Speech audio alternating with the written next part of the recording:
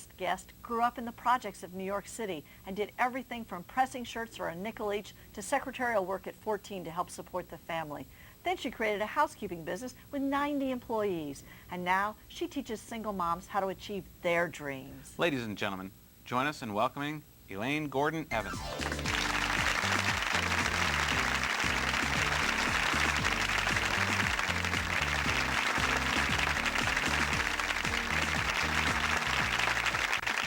Elaine, thanks so much for coming and taking time out of your very busy schedule. It sounds like you're almost like us. You're like so intensely busy all the time. Yes, I'm very busy, but I'm happy to be here. Oh, I really appreciate it. We're thrilled. I'm excited to have everybody hear your story. That's great. I'm excited to share my story. Good. Well, Elaine, we invited you here today because you have a company called American Maid, and that's M-A-I-D. Yes. And it's a pretty interesting concept because you clean in people's houses, and you have about how many women? I have 65 women that 65 women, and they're actually kind of independent contractors under your umbrella. Yes. And now a lot of these women were actually single moms? Yes. The majority are single moms. Right. And we do have a few guys that work too, so. And it's an interesting program that you've done because you're not just cleaning houses, you're actually helping people build their own businesses too. Yes. And that's really what we wanted to talk about, is how you kind of become successful yourself while helping other people at the same time. And I think it's a really unique concept that you've done. Thank you very I much. wanted her in here because she's from New York, and I'm from New York, so all right. And he's just happy to have a New Yorker in here so he can talk to him for a little bit. So Elaine, we'd love to hear all about your American Maid, but tell us where you started. Tell us about growing up in New York, and you know, He's been dying to say that. What was life like? How, brothers and sisters and all that sort of thing. Well, actually, I grew up very poor. I actually grew up on welfare in New York City in the projects, the welfare housing projects. Wow. By a single mom who wasn't very well. She was sick most of the time. Wow. And I had a brother that was 10 months older than I was. So it That's was, pretty close really in age, close yeah. together. we were in the same grade, but we came home with different homework every night. So Oh, that's really? interesting. it was really kind of funny, but it was a really rough environment, very difficult. Yeah. How do you think that shaped you as an individual? Well, it taught me how to be a hard worker and to realize that that's not where I wanted to spend the rest of my life.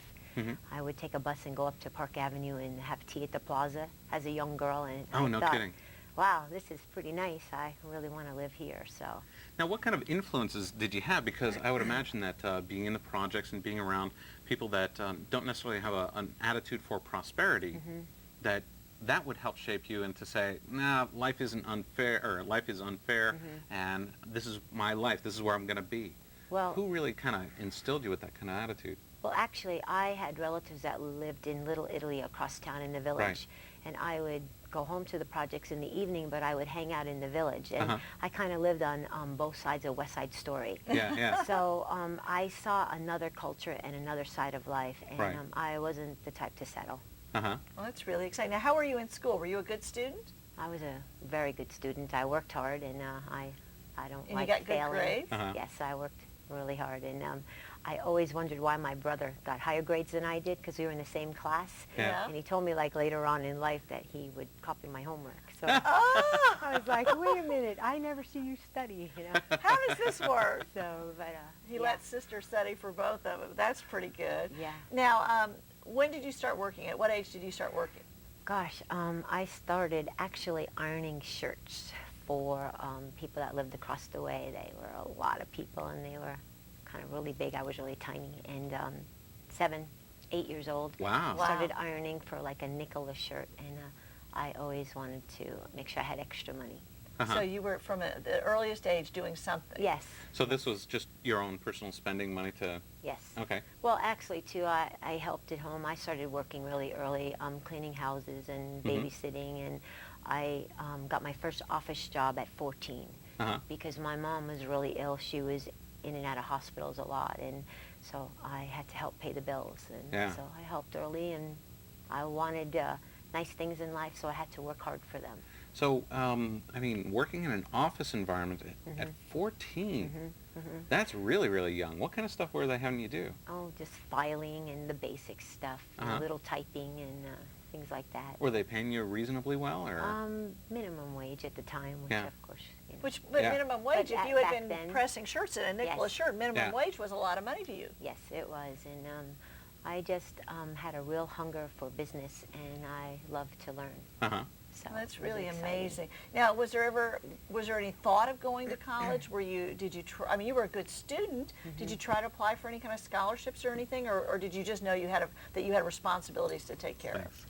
Actually, I really wanted to go to college, but I had to help at home pay the bills. So my lifelong dream was to be an airline stewardess. So very ironically, my father, who left our home when I was 7, heard that I wanted to go to a really high-end finishing school up on Park Avenue. Right. And he paid for that for 1 year after high school. Really? Really?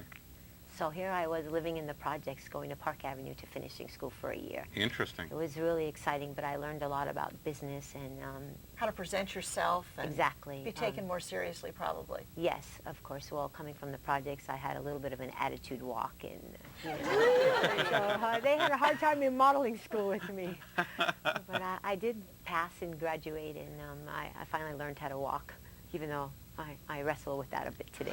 Now, did that lead to better jobs immediately, going from office work to something else, or? Yes, well, actually my first real job, so to speak, was working in a hair salon in New York, and it was for a man that was the top hairstylist competing with Vidal Sassoon. His name was Paul McGregor. Uh-huh. And I took care of all his books and business, and I helped grow his business. And how old were you? Wow. 16. Wow. Yeah, I was 16. I can't Yeah. imagine most people being willing to turn their books over to a 16-year-old, Yeah. but obviously you were a very poised and together young lady, so you must have really wowed him.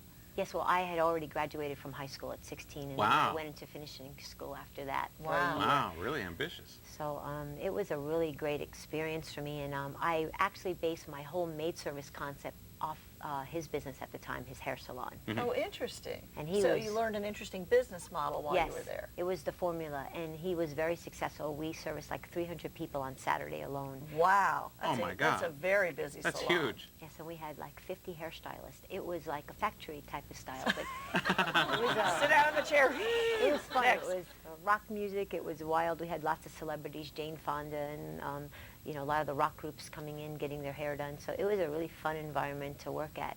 And at the same time, I learned about business. So Interesting. Well, that's really So it was neat. fun. So what'd you do next?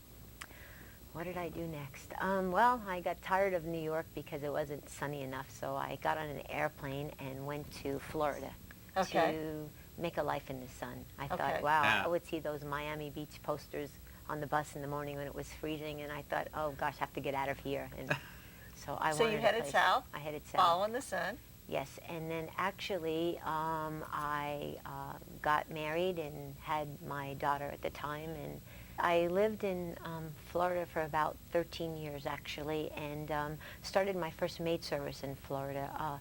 I actually was a single mom, found myself a single mom. I found myself actually back on public assistance, and I thought, this is no way I want to live my life. It was almost the past repeating itself. Yes, and I didn't want to be a generational welfare, and we weren't on welfare because my mom didn't work. She was She was ill. Yeah. really Right. sick. So I decided to clean houses, and I would dream of having a big maid service. And in 2 years' time, I was 19 years old, and I had the biggest maid service in South Florida. Wow. I had like 90 people working, and we serviced 160 houses a week, not really knowing Yikes. anything about business. I sat behind this big desk and thought, oh my gosh, I was collecting welfare checks like a very short time ago. So it was Interesting. success overnight. Wow. It Amazing. was really exciting. What made you come to Seattle? Actually, I decided that I wanted to do an exercising album for children. Uh-huh. So we moved to California. We just decided it was time to move. Uh-huh. I had 2 stepchildren I was raising at the time, and I had another child, Paul, my son, and I was actually pregnant with my 5th. Three of my own and then 2 stepchildren. Wow. And so we moved to California, and I had this dream of having an exercising album for children. So I Now, what wrote- made you decide to do that? Well, I like to exercise, and I saw these kids, and they were bored, and I thought, you guys need to stay in shape. So I just started writing a program, and I thought it was a really good concept. And within a year, we had an album and a video on the market, and my daughters